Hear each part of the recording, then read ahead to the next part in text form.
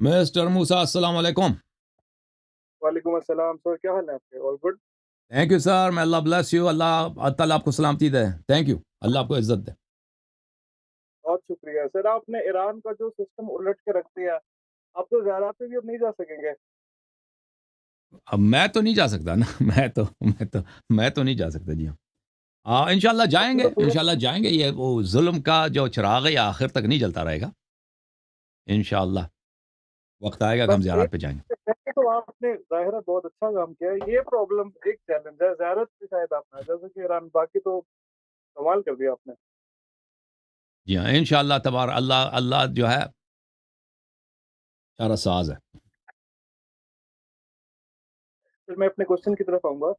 جی سر ویسے بولیں. تو آپ نے اتنا ڈیٹیل میں اس کو ایکسپلین کیا، کوشچن کوئی بچتا نہیں ہے، نہ ہی کوئی نا جواز ہے. ہر چیز تھینک کلیئر یو سر. کر دیا آپ نے، بالکل کھول کے رکھ دیا.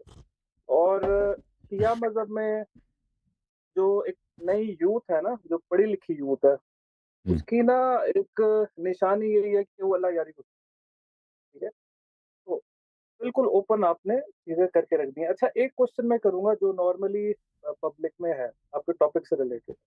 جی سر. یہ آغا جواد نقوی صاحب پاس میں رہا تھا وطن الوسطی 2012 میں. یہ سوال اس زمانے بھی ان سے ہوا تھا. تو خیر کے ساتھ ظاہر ہے تھوڑا سا ٹائم لوں گا، لیکن یہ ہے کہ اس میں جی جی. آپ پھر مجھے بتا دیں.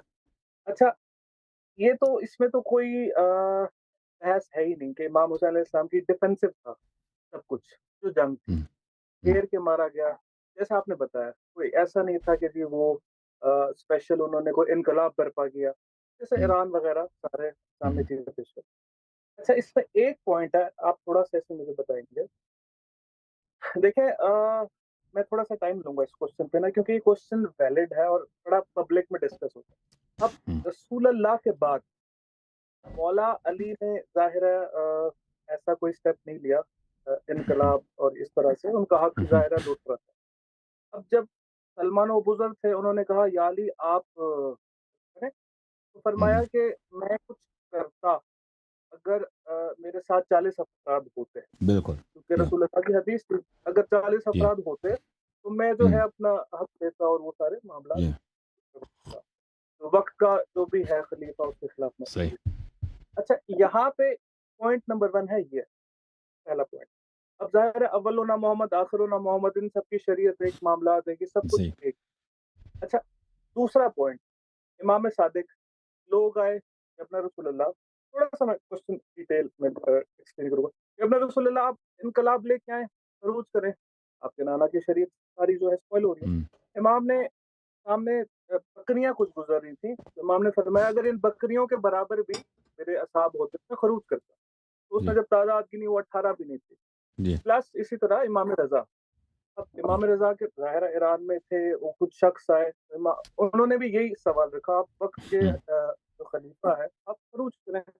اب امام نے پورا خطبہ دیا. امام نے کہا کہ تم امام حسین کی ایگزامپلس دے رہے ہو، کیا تم نے حبیب بن مظاہر کا نہیں سنا؟ کیا تم نے حور کا نہیں سنا؟ کہاں ہے وہ بلبلہ؟ کہاں ہے وہ جو؟ یعنی انڈائریکٹلی جو وقت کا امام ہے، جب صحابی آ کے انکوائر کرتا ہے کہ آپ کھڑے ہوں، خروج کریں، انقلاب لیں، کیونکہ یہ آج کا کوئی مسئلہ نہیں ہے کہ انقلاب اور یہ سارے معاملے. امام کا ایک ہی جواب ہوتا ہے، وہ یہ ہوتا امام فرماتے اصحاب نہیں. یعنی انڈائریکٹلی امام یہ کہہ رہے ہیں اگر اصحاب ہوتے تو میں ضرور انقلاب برپا کرتا، خروج کرتا. کمپیریٹیولی کربلا میں جب ہم دیکھتے ہیں تو 40 سے زیادہ اصحاب امام حسین کے تھے، اس لیے وہ نکلے. مجھے تھوڑا آپ یہ ایکسپلین کریں. ویسے تو فیکٹ ہے امام کی ڈیفینسو تھی، گھیر کے مارا، آپ نے بتایا بغض علی تھا، سارے معاملات تھے، بدر سے بات بڑھتی بڑھتی کربلا تک آ گئی، بنی امیہ معاملات تھے. لیکن ایک کوالٹی امام حسین کے پاس ایسی تھی جو کسی امام کے پاس نہیں تھی، وہ یہ تھی صحابی. مولا حسین کے پاس 40 سے زیادہ لوگ تھے. تو میں یہ کہنا چاہ رہا ہوں کہ کیا یہ پوائنٹ ویلڈ نہیں ہے کہ وقت امام کے پاس 40 پلس بندہ اگر ہے تو وہ تلوار اٹھا سکتا ہے، وہ خروج کر سکتا ہے، اور ہوا ایسا. اس پہ تھوڑا سا آپ مجھے پلیز ایکسپلین کریں گے. تو عرض یہ ہے کہ اگر امام علیہ الصلاۃ والسلام وہ تھریٹ کے مقابلے میں ہوتا ہے نا کہ اگر سامنے والے کتنے ہیں، اگر ان کے مقابلے کہ میں ایسی اتنے ان کے پاس انصار ہوں کہ ان کا وہ مقابلہ کر سکے. ٹھیک ہے نا. لازمی نہیں ہے کہ اکثریت امام علیہ السلام کے پاس ہو. یہ اب نظریہ بڑا مشہور ہو گیا کہ بھئی امام علیہ الصلوۃ والسلام صرف اس وقت حکومت کر سکتے ہیں کہ اکثریت ان کے ساتھ ہو. یہ اکثریت کی بات نہیں ہے، لیکن اتنے ان کے پاس انصار ہوں کہ وہ اپنی دفاع کر سکیں اور دشمن کو شکست دے سکیں. تو امام علیہ الصلوۃ والسلام کے لیے بالکل جائز ہے، بلکہ واجب تک ہو سکتا ہے کہ وہ اللہ کی حکومت جاری کریں، کیونکہ ایک ظالم حکومت کر رہا ہے، ایک جابر حکومت کر رہا ہے، ایک جائر حکومت کر رہا ہے اور اللہ کی شریعت کو پامال کر رہا ہے. اگر حکومت امام علیہ السلام کے ہاتھ میں ہو تو لازمی بات ہے شریعت جو ہے جس طرح اللہ نے چاہا ہے اس کی تعلیم ہوگی، اس کی لوگوں کی تربیت ہوگی اور شریعت کا نشر ہوگا اور شریعت کا نفاذ ہوگا اور ظلم کا خاتمہ ہوگا اور اسلام کی عزت ہوگی اور لوگ دنیا والے دیکھیں گے کہ اسلام کی حکومت کتنی رأفت کی حکومت ہے، رحمت کی حکومت ہے اور کتنا عدل و انصاف کی حکومت ہے اور کتنا اخوت کی حکومت ہے. تو لازمی بات ہے امام علیہ السلام کے حق میں یہ ہے، ان کے دائرہ اختیار میں، بلکہ ان کے فرائض میں فریضہ یہی ہے کہ اگر ان کے پاس انصار ہوں تو وہ قیام کریں، خروج کریں. امام حسین علیہ الصلاۃ والسلام جب مکہ مکرمہ میں تھے تو ان کے لیے عدد جو ہے ظاہری طور پہ فراہم ہو گئی. ظاہری طور پہ کوفے والوں نے ہزاروں کی تعداد میں وعدے کیے، لیکن امام حسین علیہ السلام کو بخوبی پتہ تھا، سمجھ میں سن رہے نا، بخوبی پتہ تھا کہ یہ جو ہے یہ اکثر وعدے جھوٹ ہیں، لیکن یہ تو وقت ثابت کرے گا نا تاریخ کے لیے کہ ان کے وعدے جھوٹ تھے. اگر وہ اس وقت مکہ سے نہ نکلتے اور مکہ ہی میں شہید ہو جاتے تو لوگ یہی کہتے کہ بھئی آپ کے لیے شرائط میسر تھے. مسلم ابن عقیل آپ کا ایلچی بھی آیا تھا، آپ کا کزن تھا، آپ کا بھائی تھا، اس نے بھی آپ کو یہی مشورہ دیا کہ آپ آ جائیں. آپ نے خود نہیں مانا، آپ کہتے ہیں لوگ جھوٹے ہیں. بھائی مسلم نے تو قریب سے دیکھا تھا کہ سچے ہیں. تو لوگ یہی ملامت کرتے کہ آپ آئے نہیں اور پھر آپ مکے میں شہید ہو گئے اور مکے کی حرمت بھی پامال ہو گئی. تو عرض یہ ہے کہ 40 کے جو عدد ہے نا، یہ کوئی ضروری نہیں ہے کہ 40 کی عدد ہو. لیکن اگر اتنا ہو امام علیہ السلام کے پاس کہ وہ دشمن کو شکست دے سکیں تو ان کے لیے واجب ہو جاتا ہے کہ وہ قیام کریں. کیونکہ یہ حکومت کرنا امام کا حق ہے اور جہاد صرف امام معصوم علیہ السلام کے صحبت میں، ان کے کمان میں ہو سکتی ہے. تو اگر یہ شرائط امام علیہ السلام کے لیے میسر ہو تو ہاں بالکل بات آپ کی صحیح ہے. ہم اس بات کا انکار نہیں کرتے کہ امام علیہ الصلوۃ والسلام انقلاب کا حق نہیں رکھتے، انقلاب کا بالکل حق رکھتے ہیں. حق کیا رکھتے ہیں؟ ان کا فریضہ بن جاتا ہے.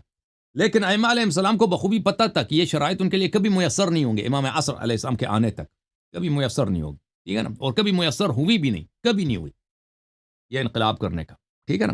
اور انہوں نے اپنے شیعوں کو منع فرمایا کہ تمہارے لیے جہاد کرنا حرام ہے، جس طرح سور کا گوشت کھانا حرام ہے، اور تم قیام نہیں کر سکتے امام عصر علیہ السلام کے آنے تک. تو سر ہم یہاں سے یہ نتیجہ اخذ نہیں کر سکتے کہ امام جو ہے پھر انقلابی تھا، وہ نکلے تھے تو فروج ہی تھا امام حسین کا، کیونکہ یہ تو پھر ثابت ہو رہا ہے نا. دیکھیں بالکل میں نے عرض کیا نا کہ یہ ان کا انقلاب جو تھا نا اس طرح تھا. امام حسین علیہ الصلوۃ والسلام کو جب تک کہ انہوں نے خود کوشش نہیں کیا اپنی طرف سے، کہ وہ ان کے اپنا ارادہ نہیں تھا کہ وہ لوگ کوفے کے لوگوں کو ورغلائیں کہ آؤ تم میری سائڈ پہ آ جاؤ.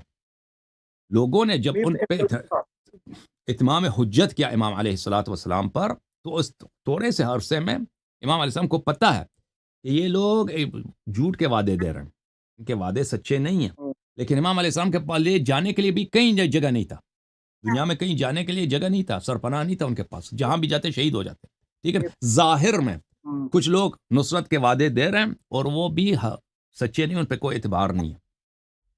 تو اس زمانے میں امام علیہ السلام نے کچھ لوگوں سے طلب نصرت بھی فرمایا اور پھر آ گئے اور وہ راستے میں شہید ہو گئے. پھر انہوں نے دیکھیں، انہوں نے صلح کرنے کی کوشش بھی بہت کی نا امام حسین علیہ السلام نے روز عاشور اور اس سے پہلے. اچھا مجھے بہت صلح کرنے کی کہ مجھے نہ مارو، میرے بیٹوں کو نہ مارو، ہمیں یہاں سے جانے دو. ان لوگوں نے نہیں مانا نا، سامنے والوں نے. وہ چاہتے تھے کہ یہ ذلت قبول کریں. تو میں اس میں یہ کنسیڈر کر لوں کہ یہ انقلاب ہی تھا. وقت کے امام 40 لوگ پورے تھے، وہ انقلاب ہی تھا. جیسے ایران میں کہتے ہیں کہ جو انقلاب تھا امام حسین، کیونکہ ظاہرہ صاحب پورے تھے. اہل بیت علیہ السلام نے دیکھیں انقلاب کا لفظ اپنے لیے استعمال نہیں کیا ہے، وہ آپ استعمال کر رہے ہیں اپنی طرف سے. انقلاب ہوتا ہے اس طرح ہوتا ہے نا کہ امام حسین علیہ الصلوۃ والسلام خود بھائی وہ اس بات کا علم اٹھاتے ہیں کہ آئیے جہاد شروع کرتے ہیں یزید کے خلاف، ٹھیک ہے نا، اور امام حسین علیہ الصلوۃ والسلام صلح کرنے کی کوشش نہ کرتے، ٹھیک ہے نا. تو اس صورت میں جو انقلابی تحریکیں دنیا میں ہوتے ہیں مینس ڈفرنس ہے. اگر وہ خود کرتے ہیں تو کچھ اور ہے، اگر لوگ آ کے کہہ رہے ہیں، آپ یہ کہہ رہے ہیں کیونکہ لوگوں نے کہا، امام نے کہا کہ امام حسین علیہ السلام جب مکے گئے ہیں تو عراق والوں نے خود اپنی طرف سے خطوط لکھے ہیں. امام حسین علیہ السلام نے ان کو نہیں بولا تھا کہ بھئی میں آ جاؤ میری نصرت کرو، میں حکومت بنانا چاہتا ہوں. وہ لوگ خود پیچھے پڑ گئے، ٹھیک ہے نا، اور حجت تمام کر دی امام حسین علیہ السلام پر. جیسے امیر المؤمنین علیہ الصلوۃ والسلام عثمان کے قتل کے بعد لوگ آ گئے ان کے دروازے پر. علل الشرائع میں حدیث ہے، امیر المؤمنین علیہ السلام فرماتے ہیں کہ لوگ اتنے زیادہ آ گئے، رش کرنے لگے، مجھے کہہ رہے تھے کہ بیعت قبول کر لو، بیعت قبول کر لو، کہ لوگوں نے امام حسن اور امام حسین علیہ السلام کو رش میں پامال کر دیا. امام حسین علیہ الصلوۃ والسلام کو اتنا رش عظیم ہو گیا لوگوں، وہی جنہوں نے عثمان کو قتل کیا نا، عثمان کے قتل سے فارغ ہو کے ایک کارنامے انجام دے کے اب نیا خلیفہ بنانے کے فکر میں کہ آپ بیعت قبول کریں، اور کہتے ہیں کہ میری ردا کے دونوں طرف پڑ گئے، اتنا رش ہو گیا، عام بیر بن گیا وہاں پہ کہ قبول کرو. تو امیر المؤمنین علیہ السلام اگر وہاں پہ دیکھیں جب سب لوگ آ جاتے ہیں کہ ہم آپ کے ناصر ہیں، آپ قبول کر لیں، تو ظاہر میں حجت ان پہ تمام ہو جاتا ہے. اور امیر المؤمنین علیہ السلام اس وقت بڑے غیر طالب تھے، غیر راغب تھے، کہتے تھے جاؤ کسی اور سے بیعت کرو، میں نہیں چاہتا بھائی، جاؤ کسی اور سے بیعت کرو. تو وہ لوگ اصرار کر رہے تھے نا، اصرار کر رہے تھے. امام حسین علیہ السلام کے ساتھ یہی ہوا، امام حسین علیہ السلام کے ساتھ وہی ہوا جو عثمان کے قتل کے بعد امیر المؤمنین علیہ السلام کے ساتھ ہوا ہے نا.